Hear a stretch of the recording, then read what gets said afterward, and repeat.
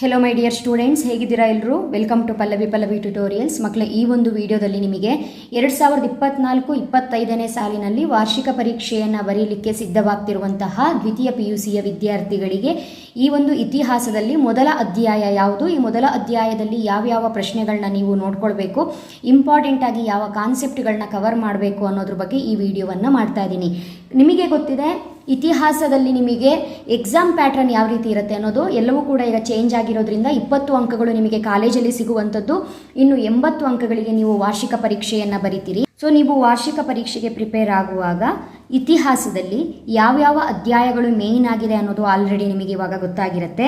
ಮೊದಲ ಅಧ್ಯಾಯ ಪೀಠಿಕೆ ಆಗಿರಬಹುದು, 2ನೇ ಅಧ್ಯಾಯ ಶಿಲಾಯುಗ ಮತ್ತು ಲೋಹಗಳ ಯುಗ ಆಗಿರಬಹುದು, 3ನೇ ಅಧ್ಯಾಯ ಸಿಂಧೂ ನಾಗರಿಕತೆ, 4ನೇ ಅಧ್ಯಾಯ ಪ್ರಾಚೀನ ಯುಗ, 5ನೇ ಅಧ್ಯಾಯ ಮಧ್ಯಕಾಲೀನ ಯುಗ, 6ನೇ ಅಧ್ಯಾಯ ಮಧ್ಯಕಾಲೀನ ಭಾರತದ ಸಾಮಾಜಿಕ ಮತ್ತು ಧಾರ್ಮಿಕ ಸುಧಾರಣಾ ಚಳುವಳಿ, ಅದೇ ರೀತಿಯಾಗಿ 7ನೇ ಅಧ್ಯಾಯ ಆಧುನಿಕ ಯುಗ, 8 ಭೂಪಟ ಅಧ್ಯಯನ ಮಹತ್ವದ ಐತಿಹಾಸಿಕ ಸ್ಥಳಗಳು. ಕಾರಣ ನಿಮಗೆ ಭಾರತದ ಭೂಪಟವನ್ನು ಕೊಟ್ಟು ಕೆಲವೊಂದು ಸ್ಥಳಗಳನ್ನು ಗುರುತಿಸಿ ಅದ್ರ ಬಗ್ಗೆ ಬರೀರಿ ಅಂತ ಹೇಳಿ ನಿಮಗೆ ಎಕ್ಸಾಮಿಗೆ ಕೇಳೋದ್ರಿಂದ ಇದು ಕೂಡ ತುಂಬ ಇಂಪಾರ್ಟೆಂಟು ಕಾನ್ಸೆಪ್ಟೇ ಆಗಿರುತ್ತೆ. ಹಾಗಾದರೆ 80 ಅಂಕಗಳಿಗೆ ವಾರ್ಷಿಕ ಪರೀಕ್ಷೆಯನ್ನು ಬರಿತಾ ಇರುವಂತಹ ನಿಮಗೆ ಕಾಲೇಜಲ್ಲಿ ನಡೆಯುವಂತಹ ಪ್ರತಿಯೊಂದು ಟೆಸ್ಟ್ಗಳು ಕೂಡ ತುಂಬಾ ಇಂಪಾರ್ಟೆಂಟು. ಕಾರಣ ಮೊದಲ ಕಿರುಪರೀಕ್ಷೆ, 2ನೇ ಕಿರುಪರೀಕ್ಷೆ, ಮಧ್ಯವಾರ್ಷಿಕ ಪರೀಕ್ಷೆ, ಈ ಎಲ್ಲ ಎಕ್ಸಾಮ್ಗಳಲ್ಲೂ ಬಂದಂತಹ ಮಾರ್ಕ್ಸ್ಗಳನ್ನು ಅಗ್ರಿಗೇಟ್ ತೆಗೆದು ಟೋಟಲ್ ಆಗಿ 20 ಅಂಕಕ್ಕೆ ನೀವೆಷ್ಟು ಅಂಕಗಳನ್ನ ತೆಗೆದಿದ್ದೀರಿ ಅನ್ನೋದು ಅವರು ನಿಮಗೆ ಕೊಡ್ತಾರೆ. ಅದು ಮಾರ್ಕ್ಸ್ ಕಾರ್ಡಲ್ಲಿ ಕೂಡ ಎಂಟ್ರಿ ಆಗುವಂಥದ್ದು, ಹೌದಲ್ವಾ?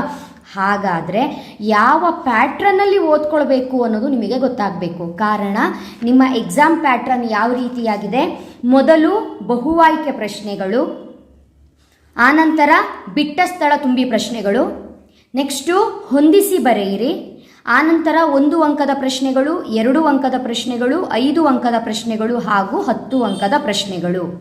ಹಾಗಾದರೆ ಪೀಠಿಕೆ ಅಧ್ಯಾಯ 1ರಲ್ಲಿ ಬಹು ಆಯ್ಕೆ ಪ್ರಶ್ನೆಗಳಿಗೆ ಬರುವಂತಹ ಪ್ರಶ್ನೆಗಳು ಅಥವಾ ಕವರ್ ಆಗುವ ಕಾನ್ಸೆಪ್ಟು ಯಾವುದಿರುತ್ತೆ ಅನ್ನೋದು ನೀವು ನೋಡ್ಕೊಳ್ಬೇಕು. ಮಕ್ಕಳೇ, ನೀವು ಈ ಪೀಠಿಕೆ ಅಧ್ಯಾಯವನ್ನು ಯಾಕೆ ಓದಬೇಕು ಅಂತ ಹೇಳಿದ್ರೆ, ನಮ್ಮ ಭಾರತದ ಇತಿಹಾಸ 4000 ವರ್ಷಗಳ ಇತಿಹಾಸವನ್ನು ಹೊಂದಿರುವಂತಹ ನಮ್ಮ ಭಾರತದ ಇತಿಹಾಸ ಹೇಗಿದೆ, ಭಾರತದ ಇತಿಹಾಸದ ಮೇಲೆ ಭೂಗೋಳದ ಪ್ರಭಾವ ಎಂತಹದು, ಅಥವಾ ನಮ್ಮ ಭಾರತದ ಇತಿಹಾಸದ ಮೂಲಾಧಾರಗಳು ಯಾವುದು, ಇದ್ರ ಬಗ್ಗೆ ನೀವು ಡೀಟೇಲ್ ಆಗಿ ತಿಳ್ಕೊಳ್ಬೇಕು ಅಂತ ಹೇಳಿದ್ರೆ ಈ ಒಂದು ಅಧ್ಯಾಯವನ್ನು ನೀವು ಓದ್ಕೊಳ್ಬೇಕಾಗತ್ತೆ. ಸೊ ಪಾಠವನ್ನು ಕರೆಕ್ಟಾಗಿ ಓದಿದ್ರ ಮೇಲೆ ನಿಮಗೆ ಗೊತ್ತಾಗುತ್ತೆ ಯಾವ ಕಾನ್ಸೆಪ್ಟ್ಗಳು ತುಂಬ ಇಂಪಾರ್ಟೆಂಟ್ ಅಂತ ಹೇಳ್ಕೊಂಡು. ಸೊ ಪಾಠವನ್ನು ಓದಿ ಇಲ್ಲಿ ಕೊಟ್ಟಿರುವಂಥ ಪ್ರಶ್ನೆಗಳನ್ನ ಪ್ರಿಪೇರ್ ಮಾಡಿರುವಂಥದ್ದು ತುಂಬಾ ಇಂಪಾರ್ಟೆಂಟು. ನಿಮ್ಮ ಲಾಸ್ಟ್ ಇಯರ್ ಸ್ಟೂಡೆಂಟ್ಸಿಗೂ ಕೂಡ ಕೊಟ್ಟಿರುವಂತಹ ಎಲ್ಲ ಪ್ರಶ್ನೆಗಳು ಬಂದಿದೆ. ಹಾಗಾಗಿ ಕರೆಕ್ಟಾಗಿ ಟೆಸ್ಟಿಗೆ ಹೆಲ್ಪ್ ಆಗುತ್ತೆ, ಮುಂದೆ ಬರುವಂತಹ ಆಗಸ್ಟಲ್ಲಿ ಬರುವಂತಹ ಟೆಸ್ಟಿಗೆ ಹೆಲ್ಪ್ ಆಗುತ್ತೆ. ಎಷ್ಟು ಅಧ್ಯಾಯಗಳನ್ನು ಟೆಸ್ಟಿಗೆ ಕವರ್ ಮಾಡ್ತಾರೆ ಅನ್ನೋದನ್ನು ಕಮೆಂಟ್ ಮಾಡಿ. ಅಲ್ಲಿವರೆಗೂ ಕೂಡ ಕ್ಲಾಸಸ್ನ ಹಾಕ್ತೀನಿ. ಅದರ ನಂತರ 2ನೇ ಕಿರುಪರೀಕ್ಷೆ, ಮಧ್ಯವಾರ್ಷಿಕ, ಅದೇ ರೀತಿಯಾಗಿ ವಾರ್ಷಿಕ ಪರೀಕ್ಷೆಗೆ ಎಲ್ಲ ಒಂದು ಅಧ್ಯಾಯದ ಪ್ರಶ್ನೆ ಹಾಗೂ ಉತ್ತರಗಳನ್ನ ಅಪ್ಲೋಡ್ ಮಾಡುವಂಥದ್ದು. ಓಕೆನಾ?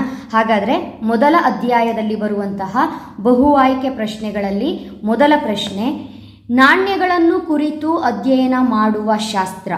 ನಾಣ್ಯಗಳನ್ನು ಕುರಿತು ಅಧ್ಯಯನ ಮಾಡುವಂತಹ ಒಂದು ಶಾಸ್ತ್ರ ಅಥವಾ ಒಂದು ಪದ್ಧತಿಗೆ ಏನಂತ ಕರಿತೀವಿ ಅಂತ ಹೇಳಿದ್ರೆ ನಾಣ್ಯಶಾಸ್ತ್ರ. ಕವಿರಾಜ ಮಾರ್ಗ ಕೃತಿಯ ರಚನೆಕಾರ ಯಾರು? ಕವಿರಾಜ ಮಾರ್ಗ ಕೃತಿಯ ರಚನೆಕಾರ ಶ್ರೀ ವಿಜಯ. ಅಥವಾ ಶ್ರೀ ವಿಜಯ ಬರೆದ ಕೃತಿ ಯಾವುದು ಅಂತ ಕೇಳಿದರೆ ಕವಿರಾಜ ಮಾರ್ಗ. 2 ರೀತಿಯಾಗೂ ನೀವು ತಿಳ್ಕೊಂಡಿರಬೇಕು. ನಾಣ್ಯಶಾಸ್ತ್ರ ಅಂತ ಹೇಳಿದ್ರೆ ಏನು? ನಾಣ್ಯಗಳನ್ನು ಕುರಿತು ಅಧ್ಯಯನ ಮಾಡುವುದು. 1 ಅಂಕಕ್ಕೆ ಕೇಳಬಹುದು. ನಾಣ್ಯಶಾಸ್ತ್ರ ಎಂದರೇನು? ನಾಣ್ಯಗಳನ್ನು ಕುರಿತು ಅಧ್ಯಯನ ಮಾಡುವ ಶಾಸ್ತ್ರವೇ ನಾಣ್ಯಶಾಸ್ತ್ರ ಅಂತ ಬರಿಬೇಕಾಗತ್ತೆ. ಶ್ರೀ ವಿಜಯ ಬರೆದ ಕೃತಿ ಯಾವುದು? ಕವಿರಾಜ ಮಾರ್ಗ. ಅಥವಾ ಕವಿರಾಜ ಮಾರ್ಗ ಕೃತಿಯ ರಚನೆಕಾರರು ಯಾರು? ಶ್ರೀ ವಿಜಯ. ನ್ಯಾಚುರಲ್ ಹಿಸ್ಟೋರಿಯಾ ಕೃತಿಯ ಕರ್ತೃ ಯಾರು ಅಂತ ಹೇಳಿದರೆ ಪ್ಲಿನಿ. ನ್ಯಾಚುರಲ್ ಹಿಸ್ಟೋರಿಯಾ ಕೃತಿಯ ಕರ್ತೃ ಪ್ಲಿನಿ. ನೆಕ್ಸ್ಟು ಬಿಟ್ಟ ಸ್ಥಳ ತುಂಬಿ ಪ್ರಶ್ನೆಗಳು. ಮೇಯ್ನ್ ಆಗಿ ಈ ಒಂದು 4 ಪ್ರಶ್ನೆಗಳನ್ನ ಕವರ್ ಮಾಡುವಂಥ ಚಾನ್ಸಸ್ಸು ತುಂಬಾ ಇದೆ. ಬೇರೆ ಪ್ರಶ್ನೆಗಳು ನಿಮಗೆ ಸಿಕ್ಕಿ ನೀವು ಓದಿದ್ರೂ ಸಹ ಅದ್ರ ಜೊತೆಗೆ ಇದನ್ನು ಕೂಡ ಓದ್ಕೊಳ್ಳಿ. ಡ್ಯಾಶ್ ಪ್ರಕಾರ ಕರ್ನಾಟಕವು ದಕ್ಷಿಣದಲ್ಲಿ ಕಾವೇರಿ ನದಿಯಿಂದ ಉತ್ತರದಲ್ಲಿ ಗೋದಾವರಿವರೆಗೂ ವಿಸ್ತರಿಸಿದೆ. ಉತ್ತರ ಕವಿರಾಜ ಮಾರ್ಗ. ಲಿಖಿತ ಮೂಲಾಧಾರಗಳು ಲಭ್ಯವಿಲ್ಲದ ಕಾಲವನ್ನು ಡ್ಯಾಶ್ ಎಂದು ಕರೆಯುವರು. ಇತಿಹಾಸ ಪೂರ್ವ ಕಾಲ ಎಂದು ಕರೆಯುವರು. ನೆಕ್ಸ್ಟು 3ನೇ ಪ್ರಶ್ನೆ, ಪ್ರಾಚೀನ ಮಾನವನ ಜೀವನ ಮತ್ತು ಚಟುವಟಿಕೆಗಳ ಅವಶೇಷಗಳಾಗಿವೆ. ಇದಕ್ಕೆ ಆನ್ಸರು ಪುರಾತನ ಅಥವಾ ಪುರಾತತ್ವ ಆಧಾರಗಳು. ಬಿಟ್ಟ ಸ್ಥಳದಲ್ಲಿ ಅವರೇ ಉತ್ತರವನ್ನು ಕೊಟ್ಟಿರ್ತಾರೆ, ಸರಿಯಾದ ಉತ್ತರವನ್ನು ಆರಿಸಿ ಬಿಟ್ಟ ಸ್ಥಳದಲ್ಲಿ ನೀವು ಬರಿಬೇಕು. ಕೊಟ್ಟಿರುವಂತಹ ಉತ್ತರದಲ್ಲಿ ಪುರಾತನ ಇದ್ರೆ ಅದು ಕೂಡ ಆನ್ಸರ್ ಆಗುತ್ತೆ, ಅಥವಾ ಪುರಾತತ್ವ ಆಧಾರಗಳು ಅಂತಿದ್ರೆ ಅದೇ ಆನ್ಸರ್ ಆಗಿರುತ್ತೆ. ಶಹನಾಮ ಕೃತಿಯ ಕರ್ತೃ ಯಾರು? ಶಹನಾಮ ಕೃತಿಯ ಕರ್ತೃ ಫಿರ್ದೋಸಿ. ನೆಕ್ಸ್ಟು 1 ಅಂಕದ ಪ್ರಶ್ನೆಗಳು. 1 ಅಂಕದ ಪ್ರಶ್ನೆಗಳನ್ನು ನೋಡ್ಕೊಳ್ಳೋದಕ್ಕಿಂತ ಮುಂಚೆ ಈ ಅಧ್ಯಾಯದಲ್ಲಿ ಹೊಂದಿಸಿ ಬರೆಯರಿಗೆ ಕವರ್ ಆಗುವಂತಹ ಕೆಲವೊಂದು ಕಾನ್ಸೆಪ್ಟ್ಗಳನ್ನ ನೀವು ನೋಡ್ಕೊಳ್ಬೇಕಾಗತ್ತೆ. ಭರತ ವರ್ಷ ಜಂಬೂದ್ವೀಪ. ನಾನು ಇದನ್ನು 1 ಅಂಕದ ಪ್ರಶ್ನೆಯನ್ನು ಕೊಡುವಾಗ ಕೊಟ್ಟಿರ್ತೀನಿ. ಆದರೂ ಕೂಡ ಭಾರತದ ಪ್ರಾಚೀನ ಹೆಸರು ಏನು ಅಂತ ಹೇಳಿದ್ರೆ ಭರತ ವರ್ಷ ಜಂಬೂದ್ವೀಪ. 2ರಲ್ಲಿ ಯಾವ ಆಪ್ಷನ್ ಇದೆ ಅಂತ ನೋಡ್ಕೊಳ್ಬೇಕು. ಶ್ರೀ ವಿಜಯ ಬರೆದಿರುವಂತಹ ಕೃತಿ ಕವಿರಾಜ ಮಾರ್ಗ. ಕೌಟಿಲ್ಯ ಬರೆದಿರುವಂಥದ್ದು ಅರ್ಥಶಾಸ್ತ್ರ. ಹರಿಸೇನ ಅಲಹಾಬಾದ್ ಸ್ತಂಭ ಶಾಸನ. ರವಿಕೀರ್ತಿ ಐಹೊಳೆ ಶಾಸನ. ಕಾಕುತ್ಸವರ್ಮ ಹಲ್ಮಿಡಿ ಶಾಸನ. ಮೆಗಸ್ತಾನೀಸ್ ಇಂಡಿಕಾ ಅಥವಾ ಇಂಡಿಕಾ ಮೆಗಸ್ತಾನೀಸ್ ಉಲ್ಟಾ ಮಾಡಿಕೊಡಬಹುದು. ಕಾಳಿದಾಸ ಭಾರತದ ಶೇಕ್ಸ್ಪಿಯರ್ ಎಂದು ಹೆಸರಾಗಿದ್ದಾರೆ. Ptolemy geography. Pliny natural historia ಅಥವಾ ನ್ಯಾಚುರಲ್ ಹಿಸ್ಟೋರಿಯಾ ಕೃತಿಯನ್ನು ಬರೆದವರು ಯಾರು? ಪ್ಲಿನಿ. ಬಾಣಭಟ್ಟ ಹರ್ಷಚರಿತೆ. ಬಿಲ್ಹಣ ವಿಕ್ರಮಾಂಕ ದೇವಚರಿತೆ. ಕಲ್ಹಣ ರಾಜತರಂಗಿಣಿ. ಇದು ಕೂಡ ಇಂಪಾರ್ಟೆಂಟು. ಕಲ್ಹಣ ಏನಿದೆ ಇದು. ಇದರ ಜೊತೆಗೆ ಕಾರವೇಲ ಹಾತಿಗುಂಪ ಶಾಸನ. ಫಿರ್ದೋಷಿ ಶಹನಾಮ. ಜಹಂಗೀರ್ ನಾಮ. ಹುಯೆನ್ಸ್ತಾಂಗ್ ಸಿಯೂಕಿ. ಅಥವಾ ಆಪ್ಷನಲ್ಲಿ ಹುಯೆನ್ಸ್ತಾಂಗ್ ಯಾರು ಅಂತ ಹೇಳಿದ್ರೆ ಅವನು ಒಬ್ಬ ಚೀನಿ ಯಾತ್ರಿಕ. ಆಪ್ಷನ್ ಯಾವುದಿರುತ್ತೆ ಅಂತ ನೋಡ್ಕೊಳ್ಬೇಕು. ಸೊ ಇದಿಷ್ಟರಲ್ಲಿ ಆಲ್ಮೋಸ್ಟ್ 1 ಅಂಕಕ್ಕೆ ಕವರ್ ಆಗಿರುತ್ತೆ ಪ್ರಶ್ನೆಗಳು. ಆದರೂ ಕೂಡ ಇಲ್ಲೇ ಒಂದು ಸ್ಕ್ರೀನ್ಶಾಟ್ ತಗೊಂಡು ಇದಿಷ್ಟಕ್ಕೆ ನೀವು ಮೊದಲ ಅಧ್ಯಾಯದಲ್ಲಿ ಪ್ರಿಪೇರ್ ಆಗೋದು ಒಳ್ಳೆಯದು. ಯಾವ ಕಾನ್ಸೆಪ್ಟಿಗೆ ಯಾರು ಬರ್ತಾರೆ, ಯಾರು ಯಾವ ಕೃತಿಯನ್ನು ರಚನೆ ಮಾಡಿದ್ದು, ಅಥವಾ ಚೀನಿ ಯಾತ್ರಿಕ ಯಾರು, ಭಾರತನ ನಾವು ಪ್ರಾಚೀನ ಕಾಲದಲ್ಲಿ ಅಥವಾ ಹಿಂದಿನ ಕಾಲದಲ್ಲಿ ಮೊದಲ ಹೆಸರು ಏನಾಗಿತ್ತು ಅನ್ನೋದ್ರ ಬಗ್ಗೆ ಆಗಿರಬಹುದು. ಇದನ್ನೆಲ್ಲ ಒಂದ್ಸಲ ನೋಡ್ಕೊಳ್ಳಿ. ನೆಕ್ಸ್ಟು 1 ಅಂಕದ ಪ್ರಶ್ನೆಗಳು. ಇಂಡಿಯಾ ಎಂಬ ಪದವು ಯಾವ ಭಾಷೆಯಿಂದ ಬಂದಿದೆ? ಗ್ರೀಕ್. ಪ್ರಾಚೀನ ಕರ್ನಾಟಕದ ಮೇರೆ ಉಲ್ಲೇಖಿಸುವ ಗ್ರಂಥವನ್ನ ಹೆಸರಿಸಿರಿ. ಕವಿರಾಜ ಮಾರ್ಗ. ಮುಂದಿನ ಪ್ರಶ್ನೆ, ನಾಣ್ಯಶಾಸ್ತ್ರ ಎಂದರೇನು? ನಾಣ್ಯಗಳನ್ನು ಕುರಿತು ಅಧ್ಯಯನ ಮಾಡುವ ಶಾಸ್ತ್ರವೇ ನಾಣ್ಯಶಾಸ್ತ್ರ.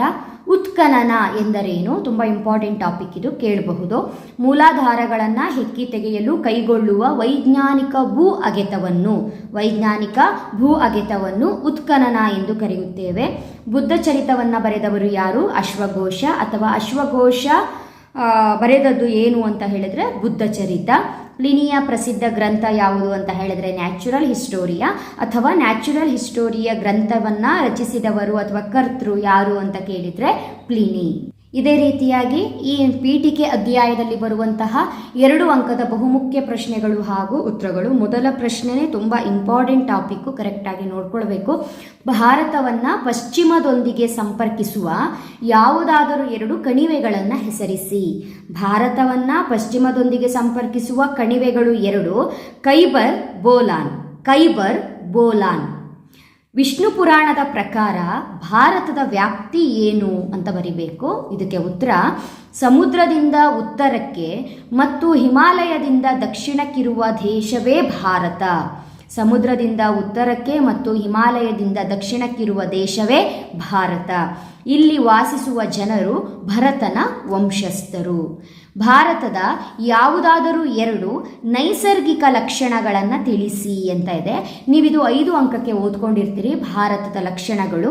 ಅಲ್ಲಿ ನೀವು ಏನಾದರೂ 2 ಅಂಕಕ್ಕೆ ಕೇಳಿದಾಗ 2 ಪಾಯಿಂಟನ್ನು ಬರೆದ್ರೆ ಸಾಕಾಗತ್ತೆ. ಹಿಮಾಲಯ ಪರ್ವತಗಳು, ದಕ್ಷಿಣ ಪ್ರಸ್ಥಭೂಮಿ, ಉತ್ತರದ ನದಿ ಬಯಲು, ಮರುಭೂಮಿ ಪರ್ವತಗಳು, ಕರಾವಳಿ ತೀರಗಳು. ಭಾರತದ ಯಾವುದಾದರೂ 2 ಪರ್ವತಗಳನ್ನು ಹೆಸರಿಸಿ.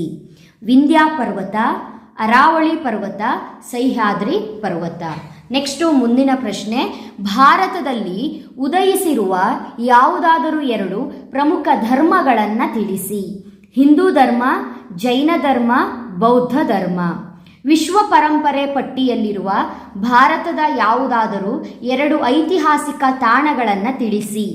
ಅಜಂತ, ಹಂಪಿ, ತಾಜ್ ಮಹಲ್, ಎಲ್ಲೋರಾ, ಪಟ್ಟದಕಲ್ಲು ಇತ್ಯಾದಿ. ಇದು ಕೂಡ ಇಂಪಾರ್ಟೆಂಟ್ ಟಾಪಿಕ್.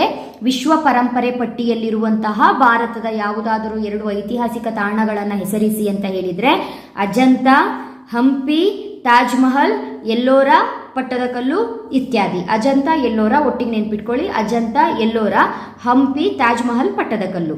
ಪ್ರಾಚೀನ ಭಾರತದ ಯಾವುದಾದರೂ 2 ಪ್ರಸಿದ್ಧ ವಿಶ್ವವಿದ್ಯಾನಿಲಯಗಳನ್ನು ಹೆಸರಿಸಿ ಅಂತ ಕೇಳಿದರೆ ಪ್ರಾಚೀನ ಭಾರತದ ವಿಶ್ವವಿದ್ಯಾನಿಲಯಗಳು ತಕ್ಷಶಿಲಾ, ನಳಂದ, ವಿಕ್ರಮಶೀಲ, ಪ್ರಯಾಗ.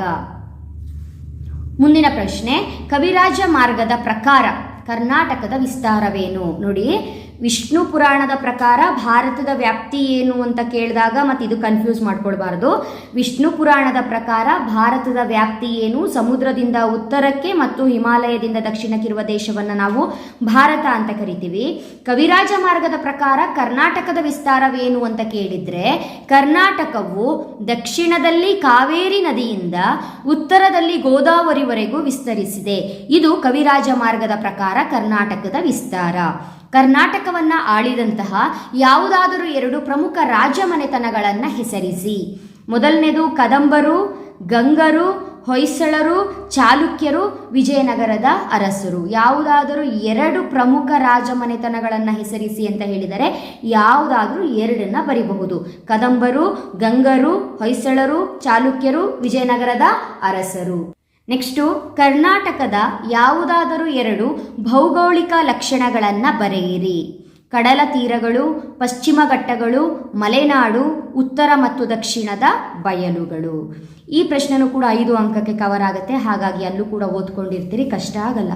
ಸ್ವಲ್ಪ ಡಿಫ್ರೆಂಟ್ ಆಗಿ ಪ್ರಶ್ನೆಯನ್ನು ಕೇಳಬೇಕು ಅಂತ ಏನಾದರೂ ಪ್ರಶ್ನೆಯನ್ನು ಕೇಳಿದರೆ ಈ ರೀತಿ ಪ್ರಶ್ನೆಗಳನ್ನ ಕೇಳ್ತಾರೆ. ಆಧಾರವಿಲ್ಲದೆ ಇತಿಹಾಸವಿಲ್ಲ ಏಕೆ? ಇತಿಹಾಸ ಮತ್ತು ಇತಿಹಾಸ ಪೂರ್ವ ಕಾಲಗಳ ನಡುವಿನ ವ್ಯತ್ಯಾಸವೇನು? ಅಥವಾ ಪ್ರಾಕ್ತನ ಅಥವಾ ಪುರಾತತ್ವ ಆಧಾರಗಳು ಎಂದರೇನು? ಇತಿಹಾಸ ರಚನೆಯಲ್ಲಿ ನಾಣ್ಯಗಳಿಂದಾಗುವ ಯಾವುದಾದರೂ 2 ಉಪಯೋಗ. ಇದು ಎಕ್ಸ್ಪೆಕ್ಟೆಡ್ ಕ್ವಶನ್ಸ್ ಅಲ್ಲ, ಬಟ್ ಸ್ವಲ್ಪ ಚೇಂಜ್ ಇರಲಿ, ಡಿಫ್ರೆಂಟ್ ಆಗಿರಲಿ, ಅಥವಾ ಸ್ವಲ್ಪ ಪೇಪರ್ ಟಫ್ ತೆಗಿಬೇಕು ಅಂದಾಗ ಈ ರೀತಿಯ ಪ್ರಶ್ನೆಗಳು ಕವರ್ ಆಗುತ್ತೆ. ಇಲ್ಲಿವರೆಗೆ ಬಂದಂಥ ಪ್ರಶ್ನೆಗಳು ತುಂಬಾ ಈಸಿಯಾಗಿ ಕಾನ್ಸೆಪ್ಟ್ಗಳನ್ನ ಕವರ್ ಮಾಡ್ಬೋದು. ಹಾಗಾಗಿ ಈಗ ಹೇಳ್ತಾ ಇರುವಂತಹ 6 ಪ್ರಶ್ನೆಗಳು ಸ್ವಲ್ಪ ಡಿಫ್ರೆಂಟ್ ಆಗಿರುತ್ತೆ. ಸ್ವಲ್ಪ ಉತ್ತರ ಕೂಡ ಕರೆಕ್ಟಾಗಿ ಕಲ್ತ್ಕೊಂಡ್ರೆ ಮಾತ್ರ ಬರೀಲಿಕ್ಕೆ ಸಾಧ್ಯ. ಕರೆಕ್ಟಾಗಿ ನೋಡ್ಕೊಳ್ಳಿ. ಆಧಾರವಿಲ್ಲದೆ ಇತಿಹಾಸವಿಲ್ಲ ಏಕೆ ಅಂತ ಕೇಳಿದರೆ ಐತಿಹಾಸಿಕ ಘಟನೆಗಳನ್ನು ಪುನರಾವರ್ತಿಸುವುದಾಗಲಿ ಪುನರ್ನಿರ್ಮಿಸುವುದಾಗಲಿ ಸಾಧ್ಯವಿಲ್ಲ. ಆದ್ದರಿಂದ ಇತಿಹಾಸಕಾರರು ಲಭ್ಯ ಮೂಲಾಧಾರಗಳ ಸಹಾಯದಿಂದ ಗತವನ್ನು ಪುನರ್ರಚಿಸುವ ಪ್ರಯತ್ನ ಮಾಡುತ್ತಾರೆ. ಆದ್ದರಿಂದ ಮೂಲಾಧಾರಗಳಿಲ್ಲದೆ ಇತಿಹಾಸವಿಲ್ಲ. ಸಾಹಿತ್ಯಾಧಾರದ 2 ಪ್ರಮುಖ ಪ್ರಕಾರಗಳನ್ನು ತಿಳಿಸಿ ಅಂತ ಕೇಳ್ತಾರೆ. ದೇಶೀಯ ಸಾಹಿತ್ಯಾಧಾರ, ವಿದೇಶಿ ಸಾಹಿತ್ಯಾಧಾರ. ಇತಿಹಾಸ ರಚನೆಯಲ್ಲಿ ನಾಣ್ಯಗಳಿಂದ ಆಗುವ ಯಾವುದಾದ್ರು 2 ಉಪಯೋಗಗಳನ್ನು ತಿಳಿಸಿ. ನೀವು ನಾಣ್ಯಶಾಸ್ತ್ರ ಎಂದರೇನು ಅಂತ ಓದ್ಕೊಂಡೋಗಿರ್ತೀರಿ. ಈ ಕ್ವಶನನ್ನು ನೀವು ಎಕ್ಸ್ಪೆಕ್ಟ್ ಮಾಡಿರಲ್ಲ. ಅಂಥ ಟೈಮಲ್ಲಿ ಕಷ್ಟ ಆಗಬಾರ್ದು, ಕರೆಕ್ಟಾಗಿ ನೋಡ್ಕೊಳ್ಳಿ. ಇತಿಹಾಸ ರಚನೆಯಲ್ಲಿ ನಾಣ್ಯಗಳಿಂದ ಆಗುವ ಉಪಯೋಗದಲ್ಲಿ ಮೊದಲ ಉಪಯೋಗ, ನಾಣ್ಯಗಳು ಕಾಲ, ರಾಜವಂಶ, ಆರ್ಥಿಕ ಸ್ಥಿತಿ, ಧರ್ಮ, ಲಿಪಿ ಮತ್ತು ಭಾಷೆಗಳನ್ನು ತಿಳಿಯಲು ಸಹಾಯ ಮಾಡುತ್ತದೆ. 1. ಅಂದಿನ ಜನರ ಲೋಹವಿದ್ಯೆ, ಕಲಾಕೌಶಲ್ಯ, ಬಿರುದುಗಳು, ವ್ಯಾಪಾರ ಸಂಬಂಧಗಳು, ರಾಜ್ಯದ ಮೇರೆಯನ್ನು ತಿಳಿಯಬಹುದು. ಯಾವುದರಿಂದ? ನಾಣ್ಯಗಳಿಂದ. ಹಾಗಾಗಿ ಇದೆರಡೂ ಕೂಡ ನಾಣ್ಯಗಳಿಂದ ಆಗುವ ಬಹುಮುಖ್ಯ 2 ಉಪಯೋಗಗಳು. ಮುಂದಿನ ಪ್ರಶ್ನೆ, ಇತಿಹಾಸ ಮತ್ತು ಇತಿಹಾಸ ಪೂರ್ವ ಕಾಲಗಳ ನಡುವಿನ ವ್ಯತ್ಯಾಸವನ್ನು ತಿಳಿಸಿ ಅಂತ ಕೇಳ್ತಾರೆ. ಇತಿಹಾಸ ಪೂರ್ವಕಾಲ, ಇತಿಹಾಸ ಕಾಲ. ಮೊದಲನೇದು ಇತಿಹಾಸ ಕಾಲ. ಲಿಖಿತ ಮೂಲಾಧಾರಗಳು ಲಭ್ಯವಿರುವ ಕಾಲವನ್ನು ಇತಿಹಾಸ ಕಾಲ ಎಂದು ಕರೆಯಲಾಗಿದೆ. ಲಿಖಿತ ಮೂಲಾಧಾರಗಳು ಲಭ್ಯವಿಲ್ಲದ ಕಾಲವನ್ನು ಇತಿಹಾಸದ ಪೂರ್ವಕಾಲ ಎಂದು ಕರೆಯಲಾಗಿದೆ. ಇತಿಹಾಸ ರಚನೆಯಲ್ಲಿ ಶಿಲಾಶಾಸನಗಳು ಅತ್ಯಂತ ನಂಬಲರ್ಹ ಆಧಾರಗಳಾಗಿರುವುದೇಕೆ? ಶಾಸನಗಳು ಸಾಮಾನ್ಯವಾಗಿ ಸಮಕಾಲೀನವಾಗಿದ್ದು ಘಟನೆಗಳಿಗೆ ನೇರ ಸಂಬಂಧ ಹೊಂದಿರುವುದರಿಂದ ಹೆಚ್ಚು ನಂಬಲು ಅರ್ಹವಾಗಿದೆ. ಕೊನೆ ಪ್ರಶ್ನೆ 2 ಅಂಕದ್ದು. ಪ್ರಾಕ್ತನ ಅಥವಾ ಪುರಾತತ್ವ ಆಧಾರಗಳು ಎಂದರೇನು? ಪ್ರಾಕ್ತನ ಅಥವಾ ಪುರಾತತ್ವ ಆಧಾರಗಳು ಎಂದರೆ ಪ್ರಾಚೀನ ಮಾನವನ ಜೀವನ ಮತ್ತು ಚಟುವಟಿಕೆಗಳ ಅವಶೇಷಗಳಾಗಿವೆ. ಇವು ಉತ್ಖನನದ ಮೂಲಕ ದೊರೆತ ಮಾನವ ನಿರ್ಮಿತ ವಸ್ತುಗಳನ್ನು ಶಿಲಾ ಸಾಧನಗಳನ್ನು ಒಳಗೊಂಡಿದೆ. ಇದು ಪ್ರಾಕ್ತನ ಆಧಾರಗಳು ಅಂತ ಕರೆಸಿಕೊಳ್ಳುತ್ತೆ. ಓಕೆನಾ ಮಕ್ಕಳೇ? ಮುಂದಿನ ಪ್ರಶ್ನೆ, ಈ ಒಂದು ಅಧ್ಯಾಯದಲ್ಲಿ ಕೇಳುವಂತಹ 5 ಅಂಕದ ಬಹುಮುಖ್ಯ ಪ್ರಶ್ನೆಗಳು. 10 ಅಂಕಕ್ಕೆ ಕೇಳೋದಾದರೂ ಕೂಡ 2 ಪ್ರಶ್ನೆಯನ್ನು ಮಿಕ್ಸ್ ಮಾಡಿ ಕೇಳೋದಕ್ಕೆ ಚಾನ್ಸ್ ಇರುತ್ತೆ. ಸದ್ಯದ ಮಟ್ಟಿಗೆ 5 ಅಂಕಕ್ಕೆ ಓದ್ಕೊಳ್ಳಿ. ಏನಾದರೂ ನಿಮ್ಮ ಬ್ಲೂ ಪ್ರಿಂಟ್ ಚೇಂಜ್ ಆಗಿ ಪೀಠಿಕೆ ಅಧ್ಯಾಯದಲ್ಲೂ 10 ಅಂಕದ ಪ್ರಶ್ನೆ ಬರುತ್ತೆ ಅಂತ ಬ್ಲೂ ಪ್ರಿಂಟಲ್ಲಿ ಬಂದಿದ್ದೆ ಆದರೆ 10 ಅಂಕಕ್ಕೆ ಪ್ರಶ್ನೆಯನ್ನು ಯಾವ ರೀತಿ ಕೇಳ್ತಾರೆ ಅನ್ನೋದನ್ನು ನಾವು ಹೇಳ್ತೀವಿ. ಅದನ್ನು ಬಿಟ್ಟರೆ ಇಲ್ಲಿ 5 ಅಂಕಕ್ಕೆ ನಾನಿವಾಗ ನಿಮಗೆ 5 ಪ್ರಶ್ನೆಗಳನ್ನ ಕೊಟ್ಟಿದ್ದೀನಿ. ಈ 5 ಪ್ರಶ್ನೆಗಳಲ್ಲಿ ಒಂದು ಪ್ರಶ್ನೆ ಅಂತೂ ಖಂಡಿತವಾಗ್ಲೂ ಬರುತ್ತೆ. ಇಲ್ಲಿ ನಿಮಗೆ ಭಾರತದ ಇತಿಹಾಸದ ಮೇಲೆ ಭೂಗೋಳದ ಪ್ರಭಾವವನ್ನು ಸಂಕ್ಷಿಪ್ತವಾಗಿ ಬರೆಯಿರಿ ಅಂತ ಒಂದು ಪ್ರಶ್ನೆಯನ್ನು ಕೇಳಬಹುದು.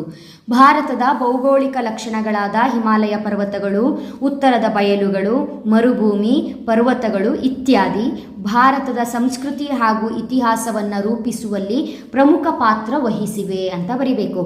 ಇದಾದ ನಂತರ 5 ಅಂಕಕ್ಕೆ ಈ ಪ್ರಶ್ನೆಯನ್ನು ಕೇಳಿರೋದ್ರಿಂದ ಇಲ್ಲೇನು ಪಾಯಿಂಟ್ಸ್ಗಳಿದೆ ಇದಕ್ಕೆ ವಿವರಣೆ ಸಹಿತ ಬರಿಬೇಕಾಗತ್ತೆ. ಮೊದಲ ಪಾಯಿಂಟ್ ಏನು ಅಂತ ಹೇಳಿದ್ರೆ ಹಿಮಾಲಯ ಪರ್ವತಗಳು. ಅಂದರೆ ಹಿಮಾಲಯ ಪರ್ವತಗಳು ಅಂತ ಹೇಳಿದಾಗ ನೀವು ಇದಕ್ಕೆ ವಿವರಣೆಯನ್ನು ಯಾವ ರೀತಿಯಾಗಿ ಬರಿಬೇಕು? ಭಾರತವನ್ನು ಏಷ್ಯಾದ ಇನ್ನುಳಿದ ಭಾಗಗಳಿಂದ ಪ್ರತ್ಯೇಕ ಮಾಡಿದ್ದು ಭಾರತಕ್ಕೆ ನೈಸರ್ಗಿಕ ತಡೆಗೋಡೆಯನ್ನು ನಿರ್ಮಿಸಿದೆ ಹಾಗೂ ವಿದೇಶಿ ಆಕ್ರಮಣಕಾರರು ಮತ್ತು ಶೀತ ಮಾರುತಗಳಿಂದ ಹಿಮಾಲಯ ಪರ್ವತಗಳು ನಮ್ಮನ್ನು ರಕ್ಷಿಸಿವೆ. ಸದಾ ತುಂಬಿ ಹರಿಯುವ ನದಿಗಳಿಗೆ ಜನ್ಮ ನೀಡುವ ಮೂಲಕ ಉತ್ತರದ ಬಯಲನ್ನು ಫಲವತ್ತಾಗಿಸಿಕೊಂಡಿದೆ. ಇದಿಷ್ಟು ಕೂಡ ಹಿಮಾಲಯ ಪರ್ವತಗಳು. ಭಾರತವನ್ನು ಏಷ್ಯಾದ ಇನ್ನುಳಿದ ಭಾಗಗಳೇನಿದೆ ಅದರಿಂದ ಪ್ರತ್ಯೇಕ ಮಾಡಿದ್ದು ಹಿಮಾಲಯ ಪರ್ವತಗಳು. ಪ್ರತ್ಯೇಕ ಮಾಡಿರೋದ್ರಿಂದ ನಮಗೆ ಏನೇನು ಉಪಯೋಗ ಅಂತ ಹೇಳಿದರೆ, ನೈಸರ್ಗಿಕವಾದ ನಮ್ಮ ದೇಶದ ರಕ್ಷಣೆಗೆ ನಾವು ತಡೆಗೋಡೆಯನ್ನು ಹಾಕಬೇಕಲ್ಲ, ನೈಸರ್ಗಿಕವಾದ ತಡೆಗೋಡೆಯನ್ನು ನಿರ್ಮಿತವಾಗಿರೋದು ಯಾವುದ್ರ ಮೂಲಕ? ಹಿಮಾಲಯ ಪರ್ವತಗಳ ಮೂಲಕ. ಸೊ ಈ ರೀತಿಯಾಗಿ ಬರಿಬೇಕು. 2ನೇ ಪಾಯಿಂಟು ನಿಮಗೆ ಉತ್ತರದ ಬಯಲುಗಳು ಅಂತ ಇಲ್ಲಿ ನಾನು ಪಾಯಿಂಟನ್ನು ಕೊಟ್ಟಿದ್ದೀನಿ. ಈ ಉತ್ತರದ ಬಯಲುಗಳು ಅಂತ ಹೇಳಿದರೆ, ಉತ್ತರದ ಬಯಲುಗಳು ನಾಗರಿಕತೆಗಳ ತೊಟ್ಟಿಲುಗಳಾಗಿದ್ದು ಇಲ್ಲಿ ಮಹಾನ್ ನಾಗರಿಕತೆಗಳಾದ ಸಿಂಧು ಮತ್ತು ವೈದಿಕ ಸಂಸ್ಕೃತಿಗಳು ಬೆಳೆದವು. ಇಲ್ಲಿನ ಸಮೃದ್ಧಿ ಮತ್ತು ಮೂಲಭೂತ ಅವಶ್ಯಕತೆಗಳ ಲಭ್ಯತೆಯು ಮಾನವನ ಭೌತಿಕ, ಆಧ್ಯಾತ್ಮಿಕ, ತಾತ್ವಿಕ ಈ ಎಲ್ಲ ಬೆಳವಣಿಗೆಗಳಿಗೆ ದಾರಿ ಮಾಡಿಕೊಟ್ಟವು. 3ನೇ ಪಾಯಿಂಟು ಮರುಭೂಮಿ. ಪಶ್ಚಿಮದ ಮರುಭೂಮಿ ಮತ್ತು ದಕ್ಷಿಣದ ದಟ್ಟ ಕಾಡುಗಳು ಜನರನ್ನು ಕಠಿಣ ಪರಿಶ್ರಮಿ ಹಾಗೂ ಯುದ್ಧ ಪ್ರಿಯರನ್ನಾಗಿಸಿದವು. ನೆಕ್ಸ್ಟ್ ಏನಿದೆ? ಪರ್ವತಗಳು. ನಂತರ ದಕ್ಷಿಣ ಪ್ರಸ್ಥಭೂಮಿ ಮತ್ತು ಕರಾವಳಿ ತೀರಗಳು ಏನಿದೆ, ಇಲ್ಲಿ ನೀವು ದಕ್ಷಿಣಕ್ಕಿರುವ ಸಮುದ್ರಗಳು ಒಂದು ಕಾಲದಲ್ಲಿ ತಡೆಬೇಲಿಗಳಂತಿದ್ದು ನಂತರದಲ್ಲಿ ಜಗತ್ತಿನ ಇತರ ಭಾಗಗಳ ಜೊತೆ ಸಂಪರ್ಕವನ್ನು ಬೆಳೆಸಿದವು ಅಂತ ಬರೀಬಹುದು. ಹಾಗೆ ಉತ್ತರದ ಮತ್ತು ದಕ್ಷಿಣದ ನದಿ ಬಯಲುಗಳು ಪುರಾತನ ಕಾಲದಿಂದಲೂ ಅನೇಕ ರಾಜ್ಯ ಸಾಮ್ರಾಜ್ಯಗಳ ಉಗಮಕ್ಕೆ ಅವಕಾಶವನ್ನು ಮಾಡಿಕೊಟ್ಟಿದ್ದು ಧಾರ್ಮಿಕ, ಸಾಂಸ್ಕೃತಿಕ ಹಾಗೂ ವಾಣಿಜ್ಯ ಕೇಂದ್ರಗಳ ಬೆಳವಣಿಗೆಯ ಮೇಲೆ ಪ್ರಭಾವವನ್ನು ಬೀರಿವೆ ಅಂತ ಬರೀಬಹುದು. ನೆಕ್ಸ್ಟು ಇಲ್ಲಿನ ಹವಾಮಾನದ ಬಗ್ಗೆ ನಾವು ಬರೆಯೋದಾದರೆ ವಿಪುಲವಾದ ಮಳೆ, ಅನುಕೂಲಕರ ಹವಾಮಾನ, ವೈವಿಧ್ಯಮಯ ಸಸ್ಯವರ್ಗ ಮತ್ತು ಪ್ರಾಣಿ ಸಂಕುಲದ ಬೆಳವಣಿಗೆಗಳಿಗೆ ಕಾರಣವಾಗಿದೆ. ಇದಿಷ್ಟು ಕೂಡ ಭಾರತದ ಇತಿಹಾಸದ ಮೇಲೆ ಭೂಗೋಳದ ಪ್ರಭಾವ. ಮುಂದಿನ ಪ್ರಶ್ನೆ, ಭಾರತದ ಇತಿಹಾಸದ ವಿಶಿಷ್ಟ ಲಕ್ಷಣಗಳನ್ನು ವಿವರಿಸಿ ಅಂತ ಹೇಳ್ತಾರೆ. ನೋಡಿ, ಭಾರತದ ಇತಿಹಾಸದ ಮೇಲೆ ಭೂಗೋಳದ ಪ್ರಭಾವ ಬೇರೆ ರೀತಿ ಇರುತ್ತೆ. ಆದರೆ ಇತಿಹಾಸದ ಲಕ್ಷಣಗಳನ್ನು ನಾವು ಬರೀರಿ ಅಂತ ಹೇಳಿದಾಗ ಭಾರತವು ವಿಸ್ತೀರ್ಣದಲ್ಲಿ ಜಗತ್ತಿನ 7ನೆಯ ಬೃಹತ್ ರಾಷ್ಟ್ರವಾಗಿದ್ದು ಜನಸಂಖ್ಯೆಯಲ್ಲಿ 2ನೆಯ ದೊಡ್ಡ ರಾಷ್ಟ್ರವಾಗಿದೆ. ಭಾರತದ ಇತಿಹಾಸದ ವಿಶಿಷ್ಟ ಲಕ್ಷಣಗಳಲ್ಲಿ 7 ಲಕ್ಷಣಗಳಿದೆ. ಯಾವುದಾದ್ರೂ 5 ಲಕ್ಷಣಗಳನ್ನ ನೀವು 5 ಅಂಕಕ್ಕೆ ಕೇಳಿದಾಗ ಬರೀಬಹುದು. ಮೊದಲನೇದು ನಾಗರಿಕತೆ ಮತ್ತು ಸಂಸ್ಕೃತಿಗಳ ನಿರಂತರತೆ. ಅಂದರೆ ನಮ್ಮ ಒಂದು ಇತಿಹಾಸ ಏನಿದೆ, ಭಾರತದ ಇತಿಹಾಸ ಹೇಗಿದೆ, ಹೇಗೆ ಚೀನಾದ ಇತಿಹಾಸ, ಚೀನಾದ ನಾಗರಿಕತೆ, ಚೀನಾದ ಸಂಸ್ಕೃತಿಗೆ ಹೇಗೆ ಸಾವಿರಾರು ವರ್ಷಗಳ ಒಂದು ಇತಿಹಾಸ ಇದೆಯೋ ಅದೇ ರೀತಿಯಾಗಿ ನಮ್ಮ ಭಾರತದ ಇತಿಹಾಸವೂ ಕೂಡ ಚೀನಾದಂತೆ ಹಳೆಯ ಸುಮಾರು 4000 ವರ್ಷಗಳಷ್ಟು ನಿರಂತರ ಇತಿಹಾಸವನ್ನು ಹೊಂದಿರುವಂತಹ ದೇಶವಾಗಿದೆ. ಎರಡನೇದು ಸ್ತರಬದ್ಧ ವಿನ್ಯಾಸ ಅಂತ ಹೇಳಿದರೆ ನಮ್ಮ ಭಾರತದ ನಾಗರಿಕತೆ ವಿವಿಧ ಹಂತ ಮತ್ತು ಸ್ತರಗಳಲ್ಲಿ ಅವಶ್ಯಕ ಮಾರ್ಪಾಡುಗಳೊಂದಿಗೆ ಏನಾಗ್ತಾ ಇದೆ, ಅಭಿವೃದ್ಧಿ ಆಗ್ತಾ ಇದೆ. ನಮ್ಮ ಭಾರತ ಸ್ತರಬದ್ಧ ವಿಕಾಸ ಅಂತ ಹೇಳಿದರೆ ಭಾರತದ ನಾಗರಿಕತೆಯು ವಿವಿಧ ಹಂತಗಳಲ್ಲಿ ನಮಗೇನು ಅವಶ್ಯಕತೆ ಇದೆಯೋ ಆ ಅವಶ್ಯಕತೆಗೆ ಸರಿಯಾಗಿ ಅದರ ಮಾರ್ಪಾಡುಗಳೊಂದಿಗೆ ಅಭಿವೃದ್ಧಿಯನ್ನು ಹೊಂದುತ್ತಾ ಇದೆ. ಸಿಂಧೂ ನಾಗರಿಕತೆಯಿಂದ ವೈದಿಕ ಸಂಸ್ಕೃತಿಯಿಂದ ಇಸ್ಲಾಂ ಮತ್ತು ಕ್ರಿಶ್ಚಿಯನ್ ಧರ್ಮದ ಪ್ರಭಾವದವರೆಗಿನ ಘಟನೆಗಳು ಒಂದನ್ನೊಂದು ಜೋಡಿಸುವ ಕೊಂಡಿಯಾಗಿ ಬೆಳೆದಿದೆ. ಅದೇ ರೀತಿಯಾಗಿ ಇಲ್ಲಿ ವಿದೇಶಿಯರ ದಾಳಿಗಳು ಅಂತ ಇದೆ. ಭಾರತವು ಪ್ರಾಚೀನ ಕಾಲದಿಂದಲೂ ಕೂಡ ವಿದೇಶಿಯರ ದಾಳಿಗೆ ತುತ್ತಾಗ್ತಾನೇ ಇದೆ. ಪ್ರಾಚೀನ ಕಾಲದಲ್ಲಿ ದಾಳಿ ಮಾಡಿದಂತಹ ವಿದೇಶಿಯರು ಯಾರ್ಯಾರು ಅಂತ ಹೇಳಿದ್ರೆ ಗ್ರೀಕರು, ಕುಶಾನರು, ಅರಬ್ಬರು, ಟರ್ಕರು, ಈ ರೀತಿಯಾಗಿ ಕೆಲವೊಂದು ವಿದೇಶಿಗರು ನಮ್ಮ ಮೇಲೆ ದಾಳಿಯನ್ನು ಮಾಡಿದ್ರು. ಭಾರತದ ಸಂಸ್ಕೃತಿಯ ಒಂದು ಭಾಗವಾಗಿ ಉಳಿದರು. ದಾಳಿ ಮಾಡಿ ಆನಂತರ ಅವರು ನಮ್ಮ ಒಂದು ಸಂಸ್ಕೃತಿಯ ಭಾಗವಾಗಿ ಉಳಿದರು. ಕಾರಣ ಇಂಗ್ಲಿಷರು ಅತಿ ದೀರ್ಘಕಾಲ ಭಾರತವನ್ನು ಆಳಿದರೂ ನಮ್ಮ ಸಂಸ್ಕೃತಿಯ ಭಾಗವಾಗಲಿಲ್ಲ. ಅದಕ್ಕೋಸ್ಕರ ಹೇಳಿರೋದು ಇಲ್ಲಿ ಗ್ರೀಕರು, ಟರ್ಕರು, ಕುಶಾನರು, ಅರಬ್ಬರು ಇವರೆಲ್ಲ ಕೂಡ ನಮ್ಮ ಭಾರತವನ್ನು ಆಳಿದ್ರೂ ಕೂಡ ಭಾರತದ ಸಂಸ್ಕೃತಿಯ ಒಂದು ಭಾಗವಾಗಿ ಉಳಿದಿದ್ದಾರೆ. ಆದರೆ ಇಂಗ್ಲಿಷರು ದೀರ್ಘಕಾಲ ನಮ್ಮನ್ನು ಆಳಿದ್ರೂ ಸಹ ನಮ್ಮ ಸಂಸ್ಕೃತಿಯ ಭಾಗ ಇಂಗ್ಲಿಷರು ಆಗಿಲ್ಲ. ನೆಕ್ಸ್ಟು ಪ್ರಬಲ ಮತ್ತು ಸಹಿಷ್ಣುತಾ ಭಾವದ ಹಿಂದೂ ಧರ್ಮ. ಭಾರತದಲ್ಲಿ ಹಿಂದೂ ಧರ್ಮ ಪ್ರಬಲವಾಗಿದೆ. ಇತರೆ ಧರ್ಮಗಳಾದಂತಹ ಬೌದ್ಧ, ಜೈನ, ಸಿಖ್, ಮುಸ್ಲಿಂ ಧರ್ಮಗಳ ತವರೂರಾಗಿದೆ. ವಸುದೈವ ಕುಟುಂಬಕಂ ಹಾಗೂ ಸರ್ವೇ ಜನೋ ಸುಖಿನೋ ಭವಂತು ಎಂಬ ತತ್ವದಲ್ಲಿ ನಂಬಿಕೆಯನ್ನು ಹೊಂದಿರುವಂತಹ ದೇಶ ನಮ್ಮ ಭಾರತವಾಗಿದೆ. ನೆಕ್ಸ್ಟು ನಿಮಗೆ ಜಗತ್ತಿನ ಕೊಡುಗೆಗಳು, ಮುಂದಿನ ಪಾಯಿಂಟು, ಅದರಲ್ಲೇ ಮುಂದಿನ ಪಾಯಿಂಟನ್ನು ಕವರ್ ಮಾಡೋದಾದರೆ ಜಗತ್ತಿನ ಕೊಡುಗೆಗಳು ಏನು, ನಮ್ಮ ಭಾರತದ ಇತಿಹಾಸಕ್ಕೆ ಜಗತ್ತಿನ ಕೊಡುಗೆಗಳೇನೇನು, ಅಥವಾ ಜಗತ್ತಿಗೆ ನಾವೇನು ಕೊಡುಗೆಗಳನ್ನ ಭಾರತದವರು ಕೊಟ್ಟಿದ್ದೀವಿ ಅನ್ನೋದ್ರ ಬಗ್ಗೆ. ಭಾರತೀಯರು ವಿವಿಧ ಕ್ಷೇತ್ರಗಳಲ್ಲಿ ಜಗತ್ತಿಗೆ ತನ್ನದೇ ಆದ ಕೊಡುಗೆಗಳನ್ನು ನೀಡಿದ್ದಾರೆ. ಅವುಗಳೆಂದರೆ ಸಾಹಿತ್ಯ, ಸಂಗೀತ, ಕರ್ನಾಟಿಕ್ ಸಂಗೀತ, ಹಿಂದೂಸ್ತಾನಿ ಸಂಗೀತ, ನೃತ್ಯ, ಭರತನಾಟ್ಯ, ಮೋಹಿನಿ ಅಟ್ಟಂ, ಕಥಕಳಿ ಅಥವಾ ಗಣಿತ ಆಗಿರಬಹುದು, ಸೊನ್ನೆಯನ್ನು ಕಂಡುಹಿಡಿದಿದ್ದು, ದಶಮಾಂಶ ಪದ್ಧತಿಗಳು, ಇದೇ ರೀತಿಯಾಗಿ ಹಲವಾರು ಭಾರತದ ಕೊಡುಗೆಗಳಾಗಿವೆ. ವಿಶ್ವಸಂಸ್ಥೆ ಭಾರತದಲ್ಲಿ 30ಕ್ಕೂ ಅಧಿಕ ನೆಲೆಗಳನ್ನು ವಿಶ್ವ ಪರಂಪರಾ ತಾಣಗಳೆಂದು ಗುರುತಿಸಿದೆ. ವಿಶ್ವಸಂಸ್ಥೆಯು ಭಾರತದಲ್ಲಿ 30ಕ್ಕೂ ಅಧಿಕ ನೆಲೆಗಳನ್ನು ವಿಶ್ವ ಪರಂಪರಾ ತಾಣಗಳು ಅಂತ ಗುರುತಿಸಿದಂತೆ. ಅದರಲ್ಲಿ ಉದಾಹರಣೆಗೆ ಅಜಂತ, ಎಲ್ಲೋರ, ಹಂಪೆ, ಪಟ್ಟದಕಲ್ಲು ಇತ್ಯಾದಿಗಳು ಇವೆ.